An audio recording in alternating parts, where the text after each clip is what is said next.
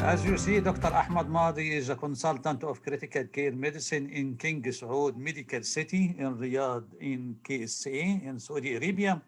And his talk will be about the fluid stewardship. Do we need it? Actually, the term stewardship is a little bit strange in the medicine, or maybe recently introduced to the medicine. And I am sure most of the participant or who is attending this lecture is asking what is stewardship means. So if Dr. Ahmed allowed me for 30 seconds to explain for them for what is that. Stewardship in Oxford Dictionary, it is supervising or taking care of something. But in medicine, it is a coordinated strategy for optimal and limited use of three things: antibiotic, opioids, and intravenous fluids. So it is not restrictive fluid therapy. It is optimal and limited strategy to use it. So that's all, just to explain for them what they are going to listen for. So now we will come for Dr. Ahmed, and hope he can enjoy us our lectures. You can go ahead, Dr. Ahmed, please. Assalamu alaikum.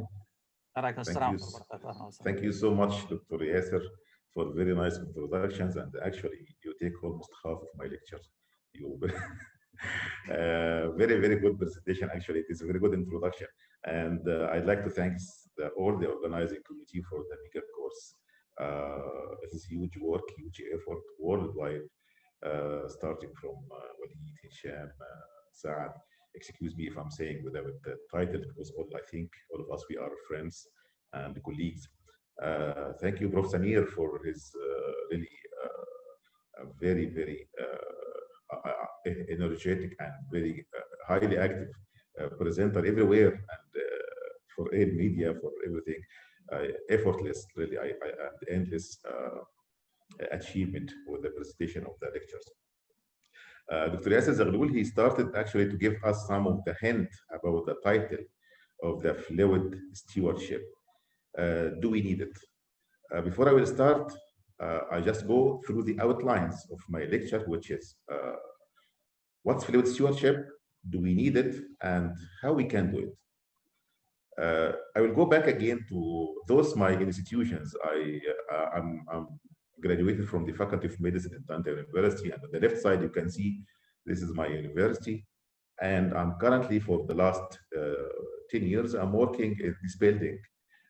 This is our ICU in King Saud Medical City, the biggest hospital in the Ministry of Health, and I'm assuming it's the biggest ICU, 129 beds. We are having 2 floors of this building, so we have many cases. And of course, in the COVID, we are the biggest centers. Almost we are increasing or doubling our beds to maybe 300 plus in ICU. I'm talking about in ICU.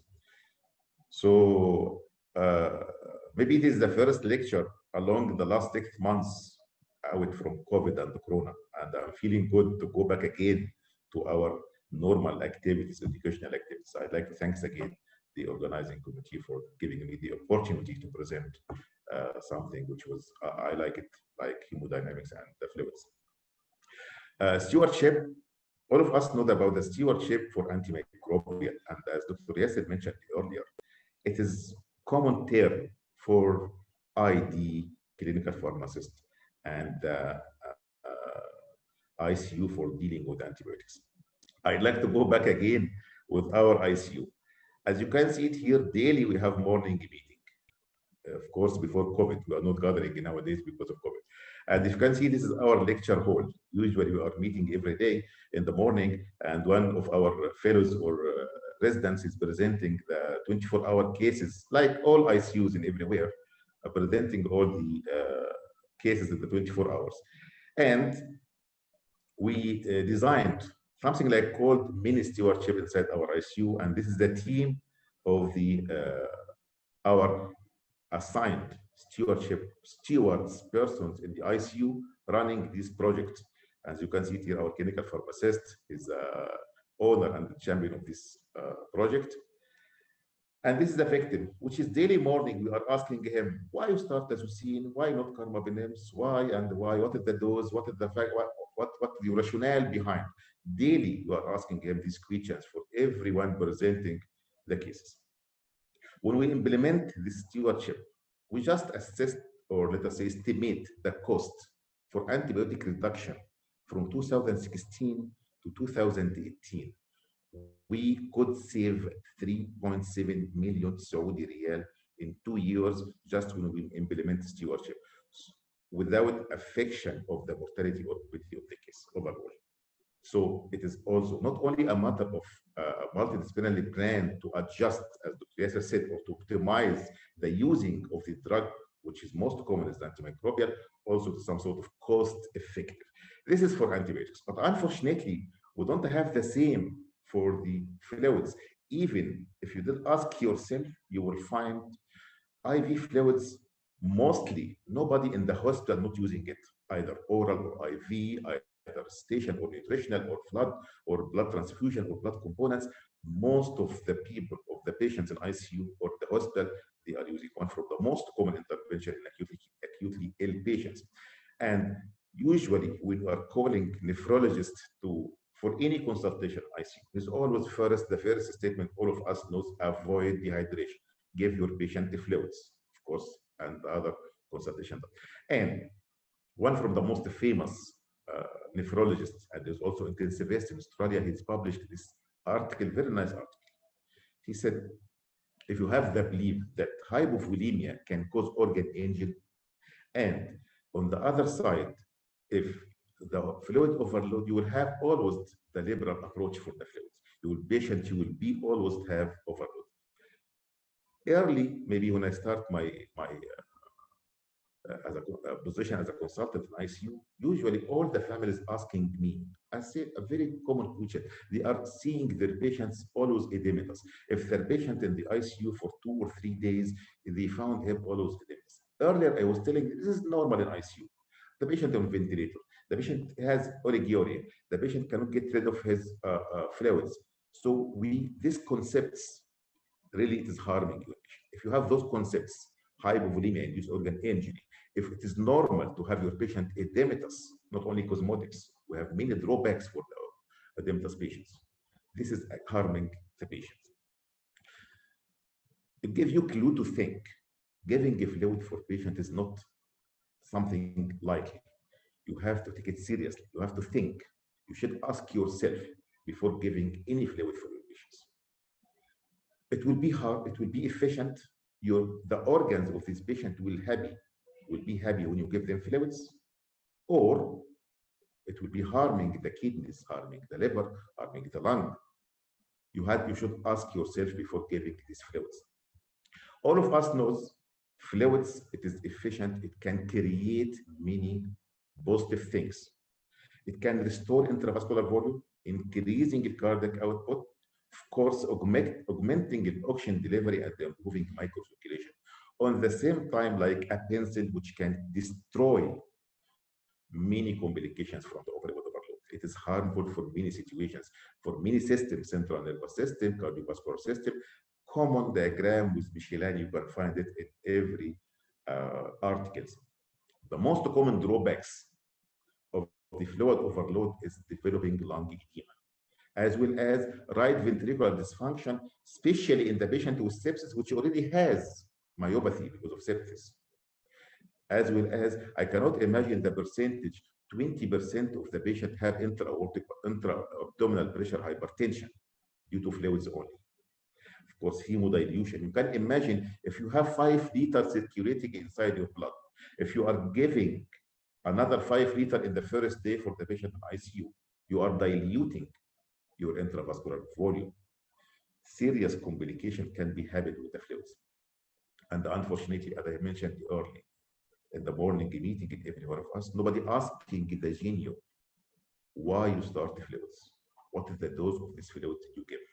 And unfortunately, everyone in the hospital can prescribe fluids.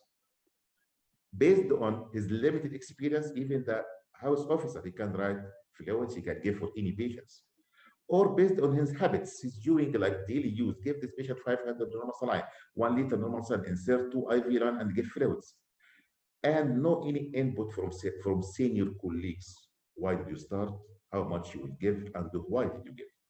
This is unfortunate. So we need to ask what type of the fluids to give to your patients, and how much you need to give for this patient, and for how long you will keep it for liver, you will keep it for days, you will keep it for hours, for minutes, and of course, when you start, when you will stop fluids.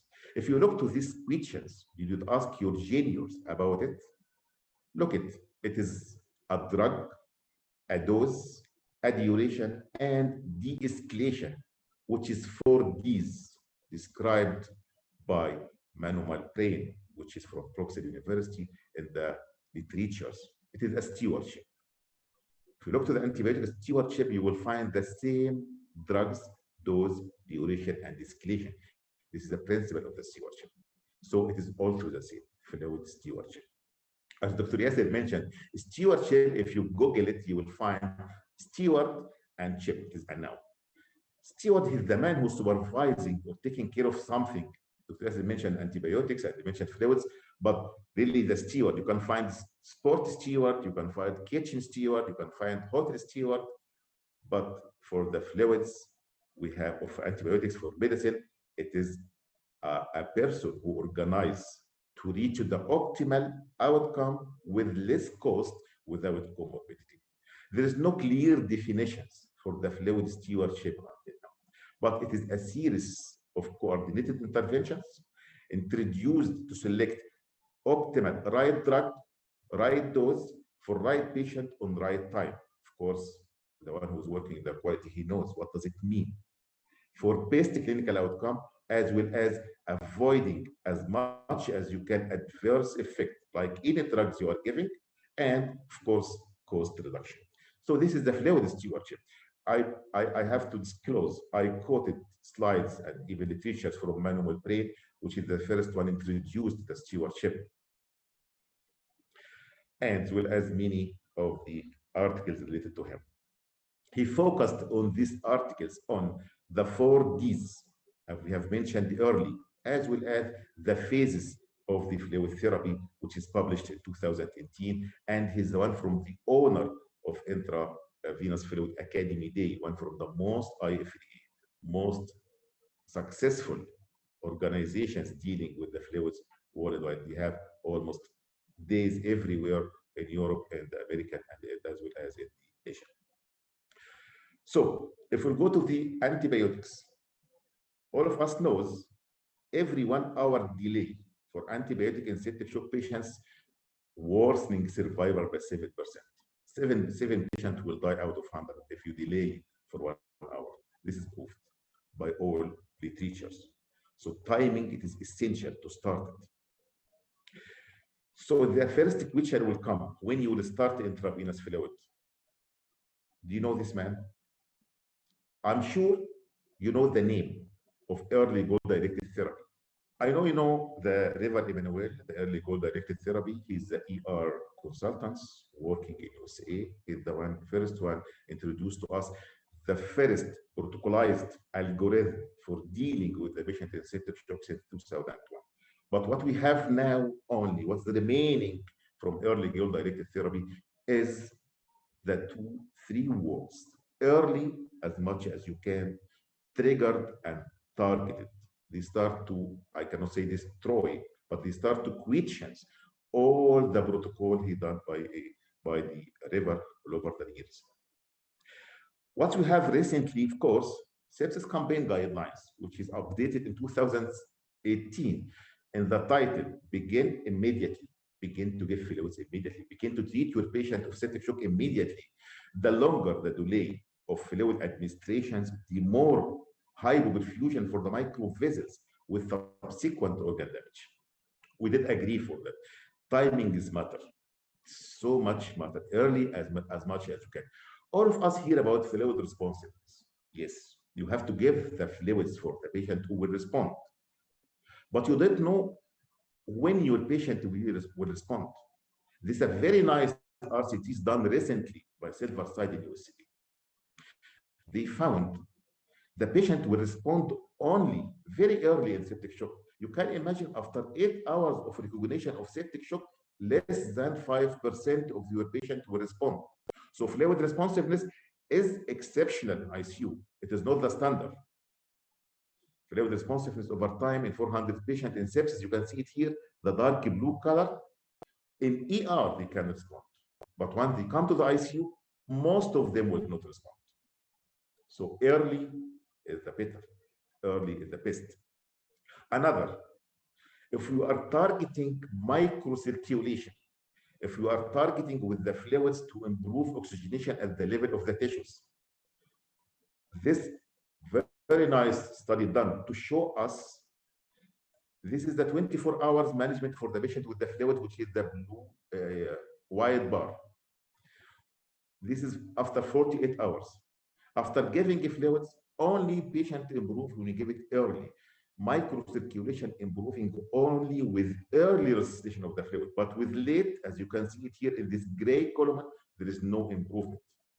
And another message from this study, whatever the macrocirculation, whatever the global hemodynamic effect, independent. Microcirculation improved with early, whatever the blood pressure high or low, whatever the cardiac output improving or no, but the microcirculation improving with early resuscitation. Another very nice trial done by people in the USA over 5 years of their database, 40,000 patients. They tried to see the effect of timing of implementing 3-hour bundle of septic shock patient on the outcome. You can see it here. When they implement the 3-hour bundle as early, the hospital mortality decreased. Whenever you are delayed in the implementing of the 3-hour bundle, as you can see it here, mortality will go higher. As well as the antibiotic. Delaying antibiotic administration as a part of the bundle of the septic shock patient, mortality was higher. But with fluid administration, there is no difference in mortality. This is one against. But in the context of the bundle, it has effect, but separately doesn't have effect. This is a common question for the fellows, usually asking them, what's kind of improving mortality in the patient with septic shock in the early stage? Fluids, antibiotics, and vasopressors. So antibiotics, which are improving evidence-based to improve. But fluid administration in the context of the bundle, it improved the mortality as early as well. Another drug, appropriate. Of course, all of us agree you have to give appropriate. I'm always saying for my residents when giving antibiotics, you have 3 characteristics. Appropriate, as early as you can, and adequate. This is the same for fluids, because fluids as drugs, when you're giving antibiotic for your patient, you have to see what are the characteristics of these antibiotics, which covered, which bacteria it will cover, as well as how is the condition of the patient, how is the risk factor of the patient. He's ventilated, he's not ventilated, he have renal impairment, he doesn't have renal impairment, he is, what the type of the infection he has. The same, you have to think for the antibiotic, for fluid like antibiotics. When you're giving appropriate drug, appropriate fluids, you have to think also what type of the fluid you give to this patient, and what is the patient and the clinical risk factors to giving for this. Because inappropriate fluids, it can harm your patient. Hypercholemic metabolic acidosis, acute kidney injury, more mortality, more morbidity, more consumption of the more economically not costly, and more dialysis for this patient. So appropriate fluids, it is essential. What about the types? Very essential topic. What type of the fluids you will give for which patient? You give crystalloid or colloids? You give synthetic or natural? You give blood or synthetic? You will give balanced like saline, or you give unbalanced like saline, or balanced like Ringer lactate or plasmolite. You give intravenous or you give it oral. So this is the type. And you have to think about what factors can affect your choice. Of course, the composition of the fluids. If you have the patient who needs albumin, give him albumin. If you have the patient he needs balanced or electrolytes, give him the fluid which containing that. as well as his clinical factors. What is the risk factor for this patient to give him these fluids? Is he hemorrhagic? Is septic? Is cardiac? What do you need from the fluid? The most important factor for deciding the type of the fluid, plus composition and the clinical factors, is it why you are giving these fluids. It will take us to the indication of the fluids. You have 4 indications for the patient to give fluids. First one of them is nutrition. All of us agree. If you can start your enteral feeding or oral feeding, your patient doesn't need fluids.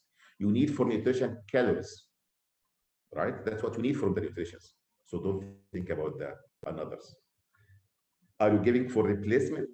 So what replacement you want to compensate for? Is it fistula? Is it regurg? High residual volume? Is it blood? These said in some literatures, maybe the only indication for normal saline is the replacement of the gastric fluid. We have the patient high residual or have obstructions. You are not replacing sodium, you are replacing chloride, because you need to see the component of the patient who the fluids lost and you need to compensate for. The third indication is the maintenance. All of you, most of you working at anesthesia and you know the maintenance of the patients. Fasting patient, NPO patients, you need to replace his maintenance by water, by potassium, by electrolytes, by glucose. And we will focus now on the most important indication in patient with shock is resuscitation. If you look to resuscitations, what do you need for resuscitations? You need to expand the volume. You need to expand the intravascular volume during loss, whatever you do, dilatation, which is relative loss, or hypovolemia, I mean, or loss due to absolute. So hypovolemia, whatever absolute or relatives, you need to expand the intravascular volume by the fluids. So the type of the fluids, it can work.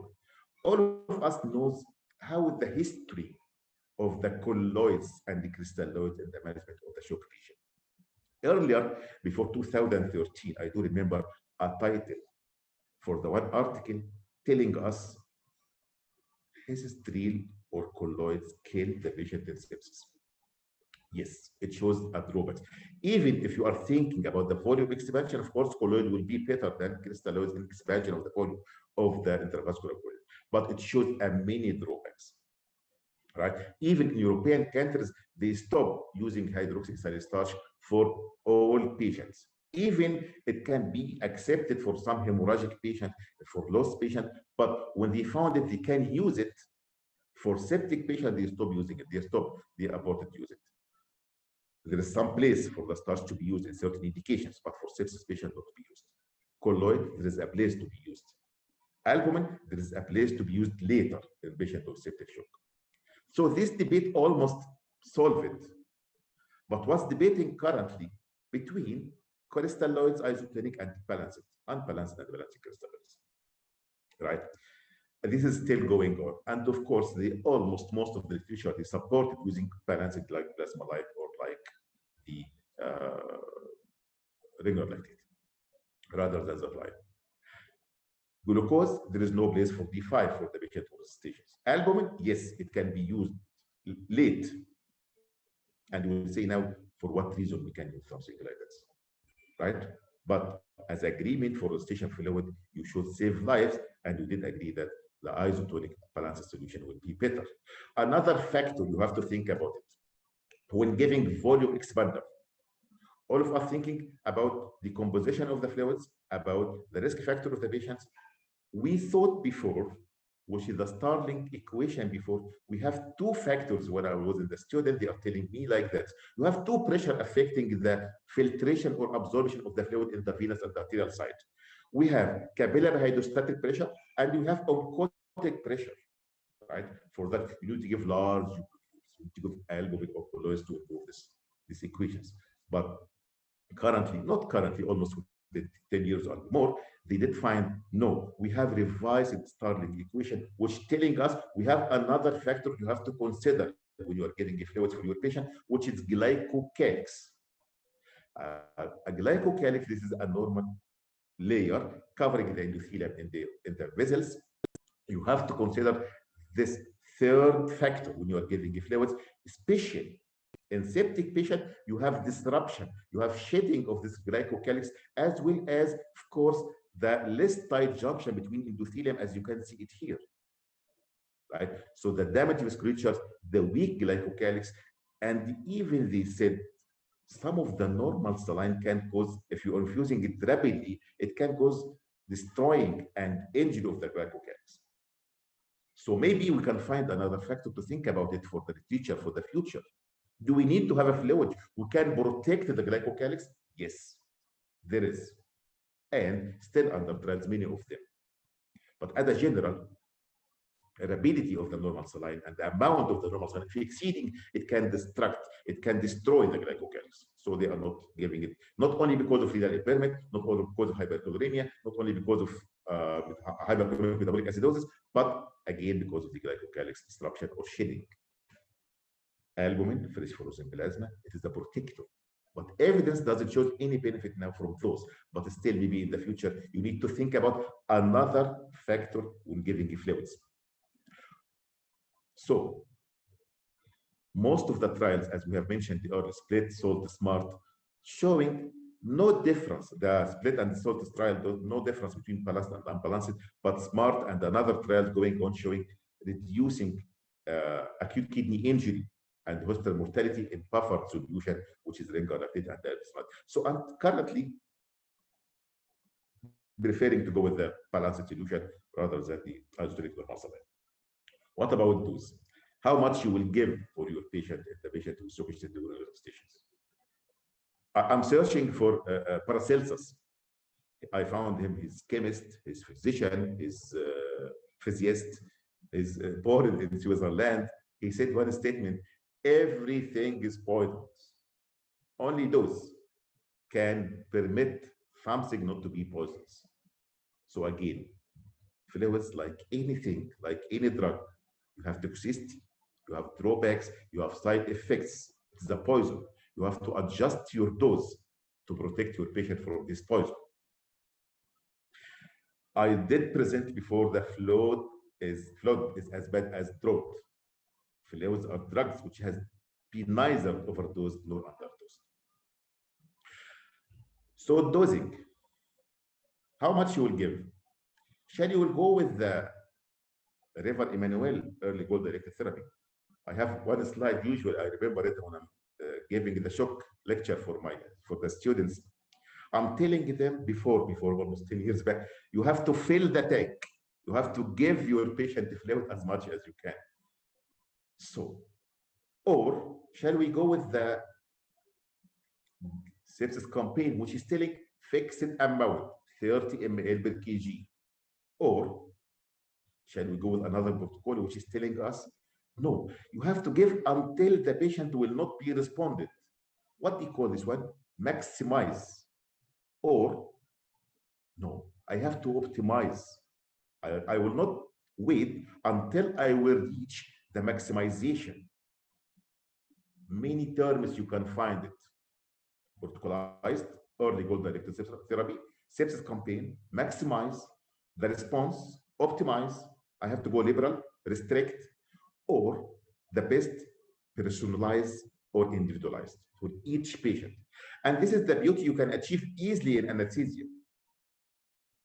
Always you have pre-anesthetic visit for your patient. So you can know his own parameter. You can rely on this.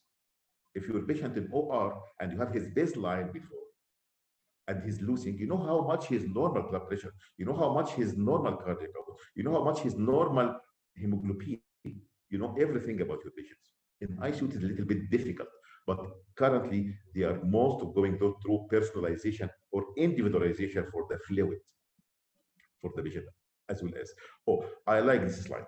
Even maybe not the context of the fluids, but I'd like it so much because it gives us the history about the early goal-directed therapy versus the usual care. All of us know at the early here, if you look to the left side, you can find early goal-directed therapy versus usual care. And we have this line which shows mortality reduction. This one, Emmanuel, right? Not only him, all the trials came after him showing also mortality reduction.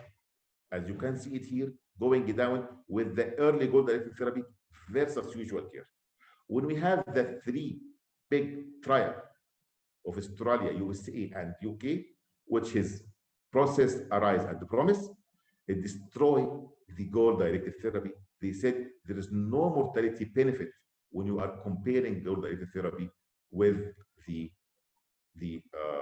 usual care. And of course, now we came to the back again to the usual care. But why I'm posting this slide now? To just give you the hint, please take a look on the future, or let us say the updated studies or trial. How much fluid is given here for these patients? It's almost equal the early goal-directed therapy. It's 5 liters, plus or minus. So even they destroyed the early goal-directed therapy, but they didn't have insight about how much fluids have to be given for these patients. Still the same amount of the fluids, right? I'm not against, but I'm just telling you, even the updated trials didn't give us insight about how much fluids have to give it to this patient. Go back again to the sepsis campaign. They are taking the guidelines from the RCTs and from the literature. They said 30 ml per kg for your patient as early as you can. So if you have the patient who is 130 kilogram, you will give him 4 liters of the fluid in the, not first hour, but let us say in the first 3 hours, which is too much. Yes. And you have some people which is contradict or object for those, for the sepsis campaign. The American people, they published another trial to see the dose. You can find here 23,000 patients. For those patients, they found first day how much fluid given for such patient and how the effect. The people who received 5 liters in the first day, which is less than prescribed by sepsis campaign, we have mortality reduction 0.7% per liter. For another group, which is receiving more than 5 liters, you have increasing the mortality 2.3% for each 1 liter more than 5 liters, as well as $1,000 extra for each 1 liter above 5 liters. So don't go with higher. Not only that, which I do like, the current, let us say, insight of the people working in the figures and the, let us say, whatever the societies, FCCM or European societies, they have now different insight for the area which is limited resources. Look to these trials in Zambia and in Kenya. When they give the patient normal bolus dose of the sepsis campaign, they have mortality higher for their, even the child. Why? They don't have organ support. They don't have CRRT. They don't have facilities. So the setting of your area, your institution, your hospital have influence on the fluids you have to give. What did they do? They stopped to give bolus for the patient because they will die. So if you are working in 5-star hospitals, you are not like working in a 1-star hospital. If you have CRRT, you have to think even. If you don't have it, you have to think a different way. So the setting will be different when you are giving amount of the fluids. Most of them agreed that early adequate, which means more than 25 ml per kg in the first hours, plus late conservative, which means 2 days negative of the fluid in the 7 days of the ICU, have the best outcome. So as a general, early adequate, late conservative, which is having better outcome. What about the pharmacokinetics of the fluids? How will the drug affect the body, right? So as long as you are infusing the fluids, the volume expansion or the efficacy of the fluids, whatever the colloidal will maintain, as long as you are infusing it. 50–80% is accepted as a volume expansion. But what about if you are giving boluses of liter of those fluids and you stop it after that? Of course, it will be depending on the osmolarity as well as tonicity of the drug, of the fluid you are giving. It will stay in the screen. Half-life of the fluids will be depending on the composition of the drugs, of the fluids, as well as the risk factor or the comorbidity of the patient. Keep in your mind, patient with hypotension will have prolonged half-life. Less elimination with prolonged hypotension, less elimination with the patient with the under effect of sedation. It will stay longer in the circulation, right? In this experimental trial, they found if they are giving 1 liter of colloids and 1 liter of crystalloids and 1 liter of the glucose, after 1 hour, 100% will stay in the circulation from the colloids, 25% from the crystalloids, and the glucose only 10%. So you have to think about the elimination of the fluids when you are giving it for the patient. This is the pharmacokinetics. Also, you have to know your fluids. And you can see it here. Actually, this is a survey done in the Prof University by McCrae. They found 32% of the physicians, they knows about the drugs, while 50% of the rest they know. I don't know how much the knowledge of our stuff and your stuff, you have to know how much they knows about the fluids. Another issue, how is the drug acting on the body? This is the pharmacodynamics. It is very essential. How the drug will act on the body. For that, you have to know your target from the fluid. If you are giving the fluid for your patient, what do you need it from the fluid? Of course, you need it. If I'm asking you this question, what do you need from the fluid? Do you need it to increase the blood pressure? Do you need it to augment the cardiac output? What's your end results? What is your end user?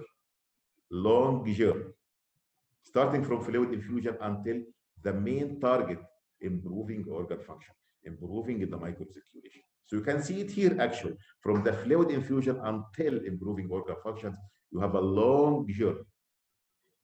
Do you expect the response of the fluids reaching to this station? You expect the fluid infusion will improve the main systemic pressure, it will improve the cardiac output, the main arterial pressure, as well as the microcirculations. Of course, you have many barriers in front of everything. So when you're giving the fluids, you have to know your target, you have to know the response, and the barriers to achieve the response.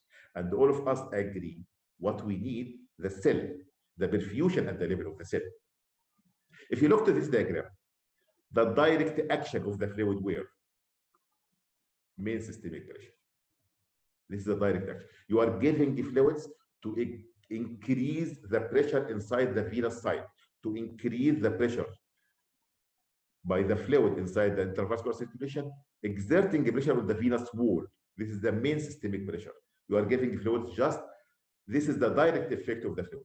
Assuming this one will increase the cardiac output, this one will increase the MAD, long journey, but you have to think it about it. If you look to this one, this is the blood vessels. This is what you call main systemic pressure, which is done by stressed volume.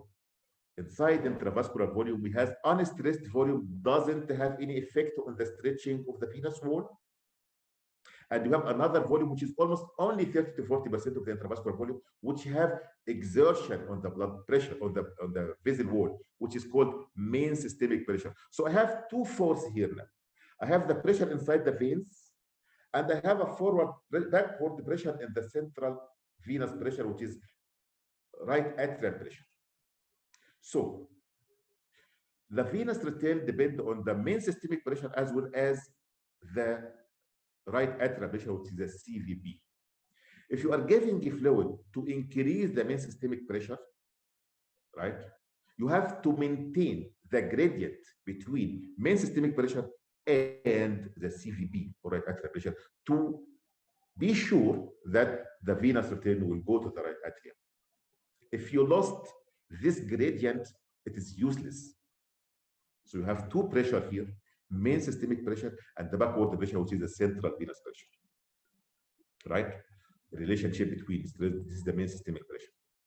So you have to think about it. This patient, if you give him fluid, CVP start to increase, so your gradient will be decreased. The fluid will be useless. I will not wait until I will check the cardiac output will improve or not. No, I have now here negative effect of the fluids. Okay, look at this curve. This one from the D. Baker and Vincent in 2018, as we have mentioned earlier. This is the effect of the fluid of the cardiac output. The green one, we have increased the cardiac output with the fluids here on the left side. But this effect, due to no effect of the central venous pressure of the green curve here. This is the relation between the blood volume and the central venous pressure. Central venous pressure not increased. So I have effective intravascular volume now. But if the CVP increased, I don't have effect. The gradient decreased. So I will be in the steep portion here. I will be in the flat portion of the Starling curve. This is earlier, before we go the volume response. I'd like to have, I mentioned this earlier in this slide because almost when I'm presenting any lecture about the monitoring, asking me about the CVP, shall I use, shall I not use, what is the effect? And I can say, not recent, but there is one article published from USA, the survey, how much they are relying, which parameters they are relying on hemodynamic monitoring. 75% of anesthetists in America and worldwide in this literature published in USA relying on the central venous pressure. Many articles coming recently to tell us what CVP, what is its use, what is misuse, shall I use it or shall I not use it? Disclosing, and this almost summarized by 2019 Task Force ESCM consensus for the patient with the circulatory failure. They said should not be used to predict or guide fluid therapy, but you can use it as safety endpoint. I'm still using it. If you have the patient who's centralized, don't remove it, use it, right? Don't rely on the CVP for the fluid management, but you can use it as a safety margin. If you did look at perfusion pressure for anywhere, brain, abdomen, anywhere, you will find the CVP have a rule during that time. So there is a place, but not with the fluid responsiveness or the fluid management, but as a safety valve for endpoint. Of course, very common care, very common fluid responsiveness. This is the second step. Cardiac output, shall it increase with the fluids or not? This is the responsiveness. And I will not say common slide from Vincent, which is almost 2007. I saw this slide from the Joe Louis Vincent. He said 50% of your patient will not respond. As I mentioned earlier, in ICU, fluid responsiveness, it is not the standard, it is the exceptional because it came late. Oh, okay, let us say your patient now in the Starling care, you are giving him fluids, cardiac output improve. Okay. I will ask you a question.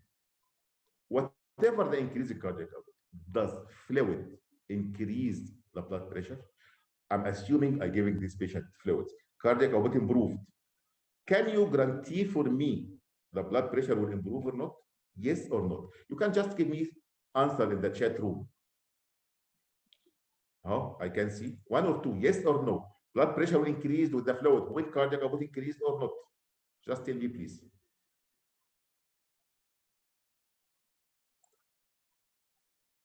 Mostly no, Professor. Yes. So, do fluid increase arterial pressure? Yes or no? Mostly no, as Dr. Aida said. Thank you so much, Dr. Look to this curve.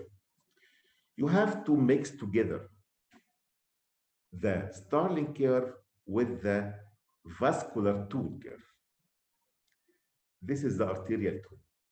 If you have the patient with low vascular tool, as you can see in this right curve here, this one published in 2019, you can see it here, low vascular tool curve, no increase in blood pressure, only increase with high vascular tool curve. So a place for vasopressors. Even cardiac output increased if you have high hypotonicity or low vascular tone, blood pressure will improve. Okay, second station of your target.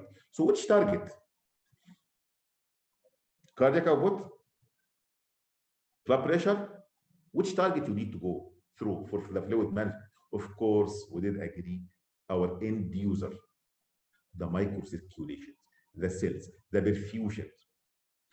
This is a big topic to talk about it actually, which is the perfusion and the microcirculation. Yes, cardiac output, central venous oxygen saturations, lactate, very good marker, urine output, veno-arterial difference, carbon dioxide gradient. It is a puzzle. You need to mix it all together. But consider microcirculation and tissue perfusion one from the most important targets you need to achieve with the fluids. So, does fluid improve tissue perfusion? Yes, but in case only if you have patient responder, cardiac output will increase. If you have the patient with high vascular tone by vasopressors, if you have the patient doesn't have what's called coherence, hemodynamic coherence, this relation between macro and microcirculation has to be intact, have to be in parallel together. You have the patient who's optimizing afterload. Let us say, giving a vasopressor for the patient to improve his arterial pressure, it has another drawback. You are increasing the afterload, right? So you are almost decreasing the cardiac output, especially in septic shock patients who have cardiomyopathy and septic cardiomyopathy. So you have to optimize the blood pressure. Even if you need it higher, you have to go back again to minimize this one. So obviously, cardiac output and tissue perfusion dissociated, right? Fluid improve microvascular perfusion earlier, as we have mentioned early in the study done. You have to first optimize preload, second cardioinotropics if you need, then optimize the afterload. Microcirculation, I'm expecting to have recently microcirculation responsiveness. Yes. Giving a fluid, check the microcirculations. It is responded or not. This is the optimal. It's not yet well in our clinical practice because of difficulties and because of settings of the cytocam, of the camera, of microcirculations. But I'm expecting that we'll have it soon and it will be the best and better. Okay, for how long you will give? You give fluids. When you will stop it? When you will stop fluids, right? Most of you know when you will start, but you have to think when you will stop. If you are using a fluid responsiveness to give fluid, please, my opinion, it is more important to use it to stop fluids. Avoid the adverse effect of the fluid by using a fluid responsiveness. A very common, this is a booth seminar done in the Euro Anesthesia in Vienna last year by the three figures in anesthesia and ICU, Prof. Vincent, Prof. Martin, and Prof. Marcus. They talk about the fluids in the tropes, vasopressor in septic shock patient, and Prof. Marcus disclosed it is important to resuscitate your patient early with the fluid, but it is very important to turn it around and get it back as soon as you can and as early as you can. And all of them, they have a message: less is more in sepsis. De-escalation, now the time. Withholding, stop, not only withholding, I have to withdraw. I have to take it. I have to monitor my withdrawal also because I don't like to take so much. I just take the optimal amount I need to remove from your patient. So the question come here when you will start, when you have to start the fluid removal. Very nice trial done by anesthetists in open heart surgery. They make, after open heart surgery, they make some de-escalation phase. They take the fluid out from the patient post-operative. Look to the microcirculations. All of us think if you give diuretics, if you remove the fluid, microcirculation will impair. No. You can see in this trial here, this one case, day 1, day 2, day 3, microvessels increased. Recruitment of the microvessels with days when you're taking active de-escalation for this patient because they are overloaded. Many factors having this. Diffusion capacity, oxygen, edema, compression on the microcirculation. So take it out whenever you can. Don't keep your patient on the high positive valence. If he's improving, if shock stage resolved, and don't worry about the microcirculation, it will improve. As you can see it here, one example for de-escalation, recruitment of the microvessels, proportional of the perfused vessel increased with time. Oh, how can I monitor? All of us knows our lung is dark, dry, to allow surfactant and the gas diffusion to be done. We don't have water inside our lung. We don't have water outside interstitial tissues. We have only water inside the vessels in the pulmonary. But if you have extravascular lung water, it's a good marker to tell you, oh, you are higher now. You have the patient at risk now. And can you imagine 200 ml only of extravascular lung water? Your patient will fear drowning. You can measure it? Yes. Very sensitive marker for the drowning or for drawbacks. If you can look at here, extravascular lung water, more than 50% will die if more of extravascular lung water more than 21. It's supposed to be less than 7 ml per kg. So keep it in your mind. In high-risk patient with cardiac and resistant problem, you need to monitor his extravascular water to assess his lung. Very nice diagram to tell us this is my normal lung in this stage with extravascular lung water and with pulmonary vascular permeability index here, if you can look at here. This index telling me what is the cause of lung of the pulmonary edema. It is cardiogenic or ARDS. So this is my normal lung, less than 10 ml extravascular lung water and less than 2 for pulmonary vascular permeability index. If going higher, extravascular lung water without increasing the permeability or cardiogenic pulmonary edema, if you are going to the left side with permeability high and water high, so almost you are in the ARDS patient. Diagnostic and monitoring and alarming for patient, you have to take out fluids from him. Okay, so shall I take forever? Shall I take all I give for this patient? When can I stop the removal of the fluid? Also need to be monitored.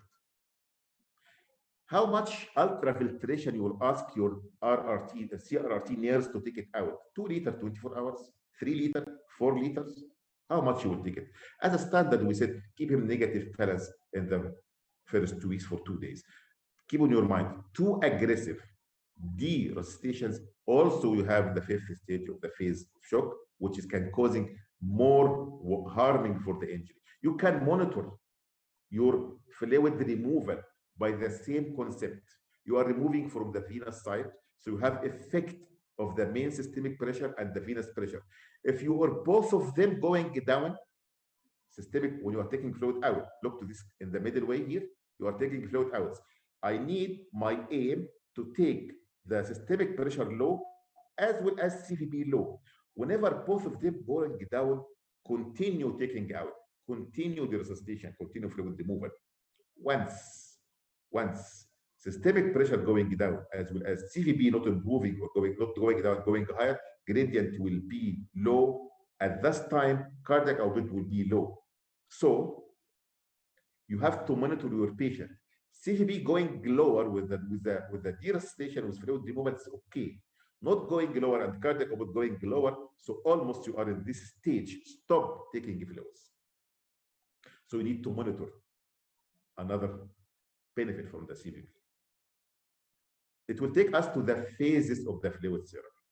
This phase is done by 2 figures. Vincent in 2015, he called it salvage, the first phase, which is giving fluid for your patient, keeping him in the positive balance, improving, adequate, and optimization with vasopressors and with the fluids, and stabilization and de-escalation.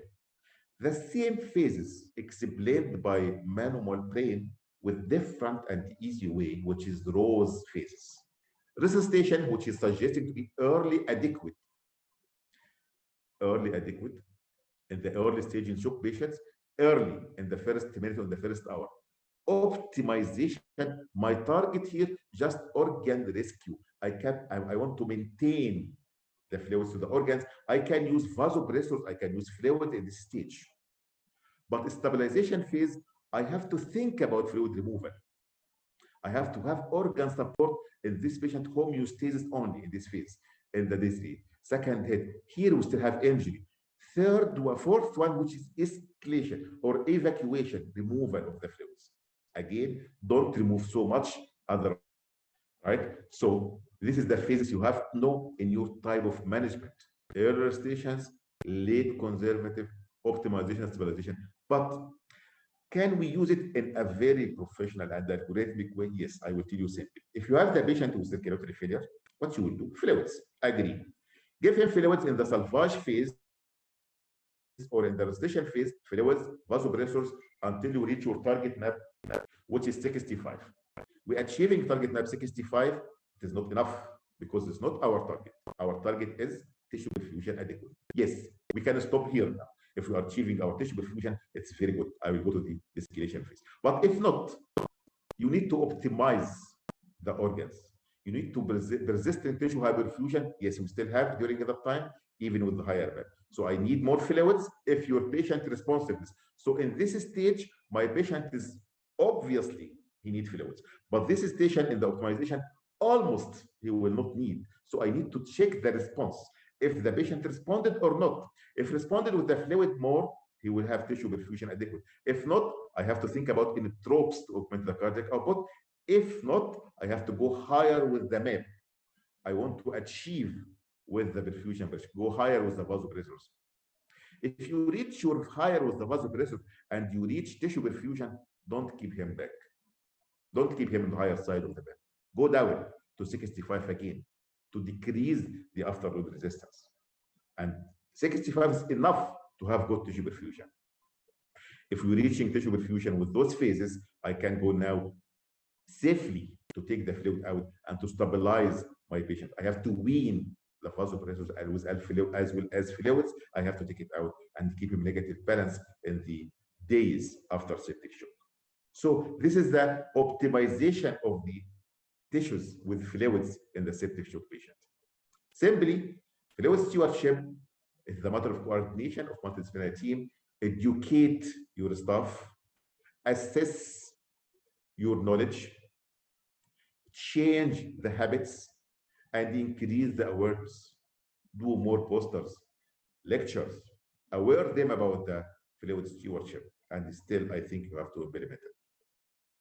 Meanwhile, until you do it, you should seek to avoid fluid administration where it's unlikely to be benefit and consider fluid as drugs.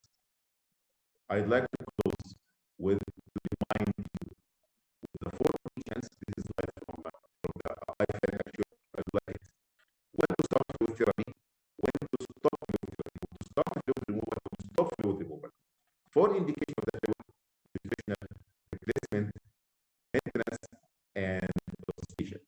Four phases of the fluid therapy, which is resuscitation, optimization, stabilization, and de-escalation, and four Ds of the stewardship, which is drug, dose, duration, de-escalation for that highlight number.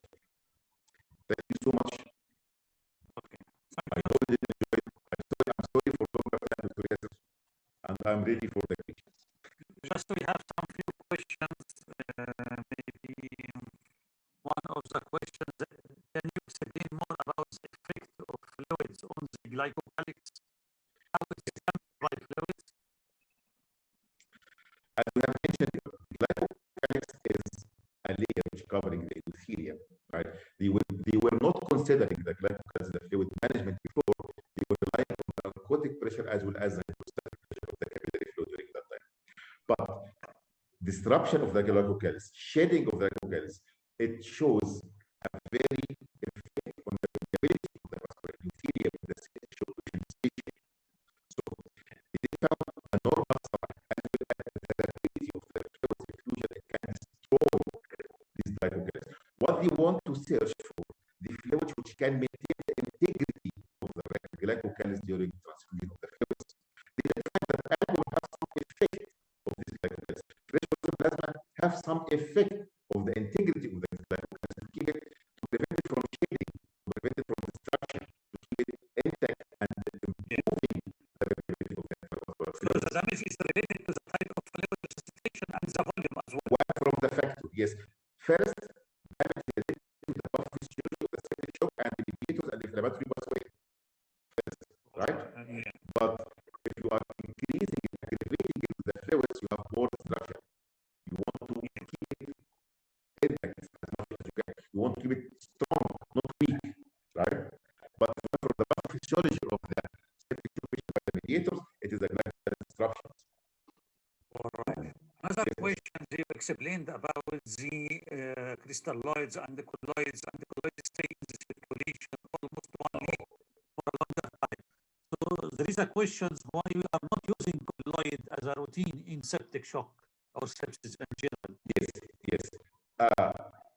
Colloids, the aim of resuscitation fluid in increase intravascular expansion intravascular, which can be done by both colloids and vessels, right? Which can be done by both.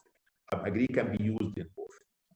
But the feature evidence which show colloids can have some many drawbacks, like acute kidney injury, like even mortality higher, especially with septic patients.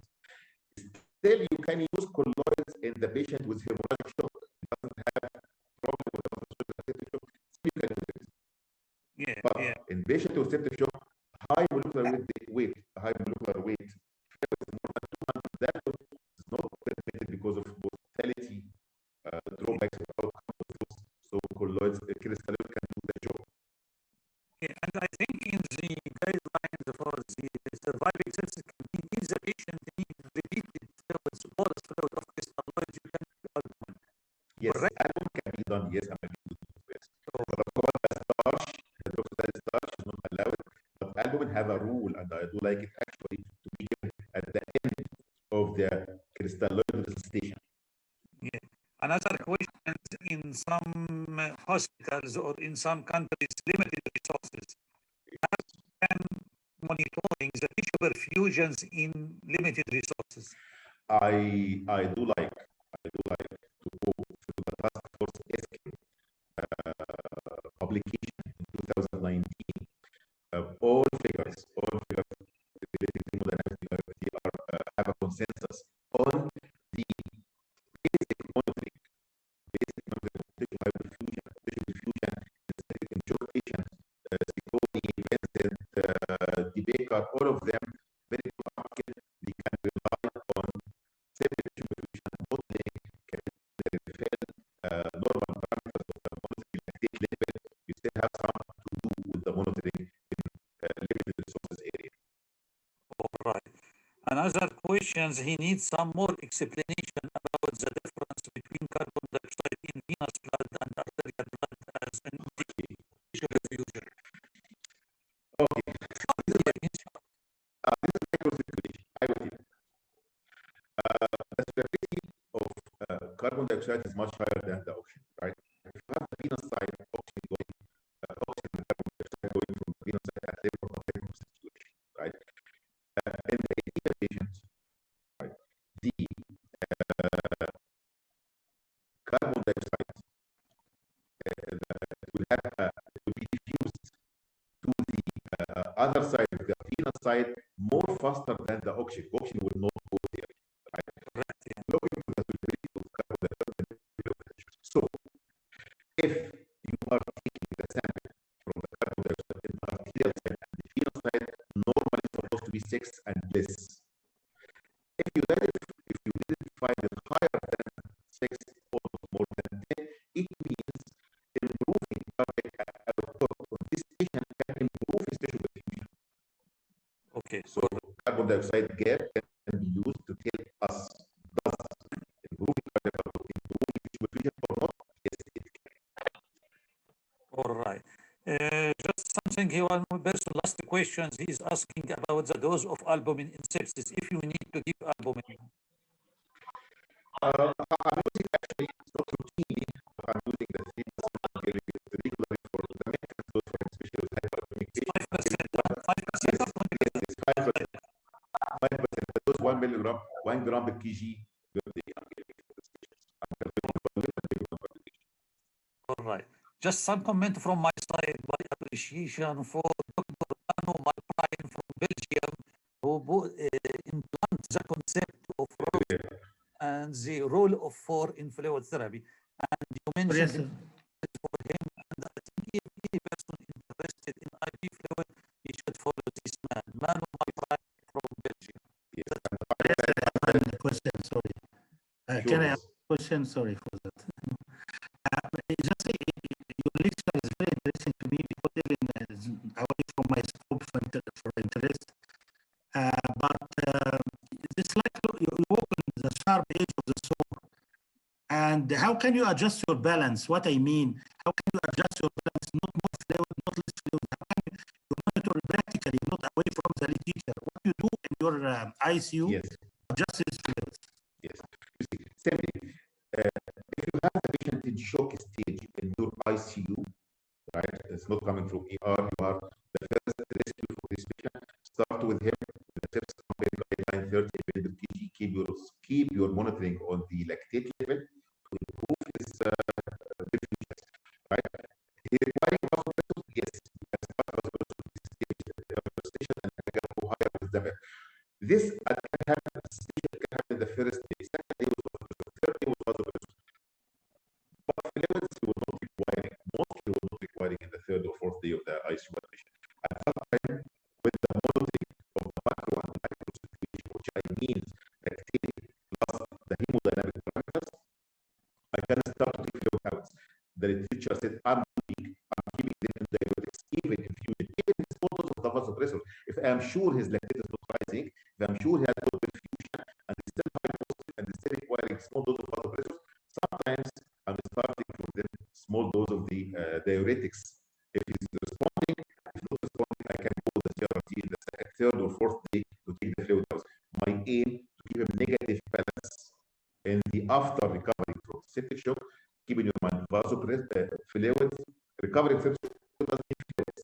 Maybe have another reason for that. So keeping a negative balance in the 7 days still ICU or 5 days. For 2 days, it can improve his outcome.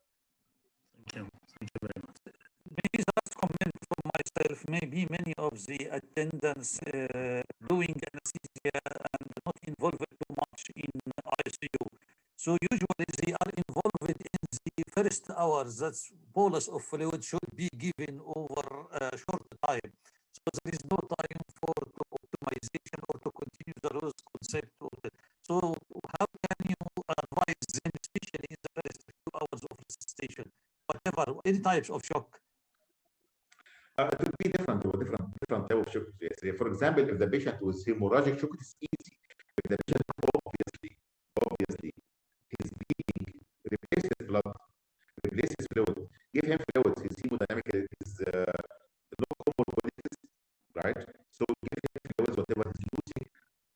The problem with the patient with septic shock, because you have different pathology rather than intravascular volume depletion, you have leaking syndrome, right? Those are the patient with a challenging actual, right?